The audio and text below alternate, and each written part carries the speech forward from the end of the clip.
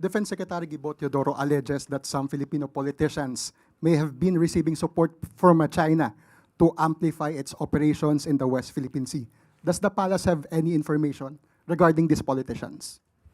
Kung particular na politician ay kung meron man ay hindi naman agad-agad ito dapat na maisiwalat at kailangan pa ng masinsinang pagpapaimbestiga. Pero ang issue po na ito ay matagal na po itong napapansin. Actually, meron po tayo ibibigay na isang UST Joint student at nabanggit ko na rin po ito sa inyo noon kung saan may mga Chinese-linked social media network pushing anti-Philippine, pro-Duterte content.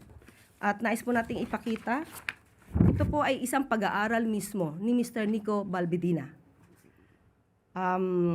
Basahin ko po ng konti ang kanyang naisulat. As the nation grapples with the ongoing impeachment controversy surrounding Vice President Sara Duterte and the alarming spread of fake news across social media platforms, prompting the House Committee to summon vloggers and influencers for a congressional inquiry, an unsettling discovery has surfaced. Press1.ph, an independent news website, has identified an army of Chinese social media accounts disseminating questionable and anti-Philippines content. So, kung mababasa niyo po, mariresearch naman po ito. Kumbaga, noon pa po ito at sa ating pagkakaalam, mismong si Mr. Nico Balbidina ay nakasama rin po sa hearing dito sa House of Representatives patungkol po sa mga fake news peddlers. Okay. Yusek, sabi niyo po hindi muna dapat isiwalat yung pangalan. Pero kapag po yung allegation ay proven na, will they be liable for treason? Pag-aralan po natin. So, hindi po natin alam kung hanggang sa extent. Mahirap pong sabihin kasi ang treason, nangyayari po ito kapag mayroong war. Okay. Yusek, any message na lang po for these Filipino politicians or any Filipino who support the narrative of China in the West Philippine Sea?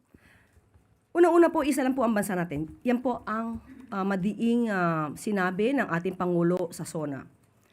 Isa lang ang bansa natin, hindi po tayo dapat nagkakaroon ng pagkakahiwa-hiwalay ng opinyon at suggestion patungkol sa ating karapatan sa West Philippine Sea o anumang parte ng ating bansa. Dapat nating ipaglaban ang lahat ng interes ng bansa pati na ng taong bayan, ng mga Filipino. Hindi po dapat na magpagamit sa ibang bansa para lang manatili sa pwesto. Mahirap po na ang maging leader natin ay hawak ng ibang bansa dahil ibang naratibo at ibang interes ang palalawigin ng mga politiko na hawak ng ibang bansa.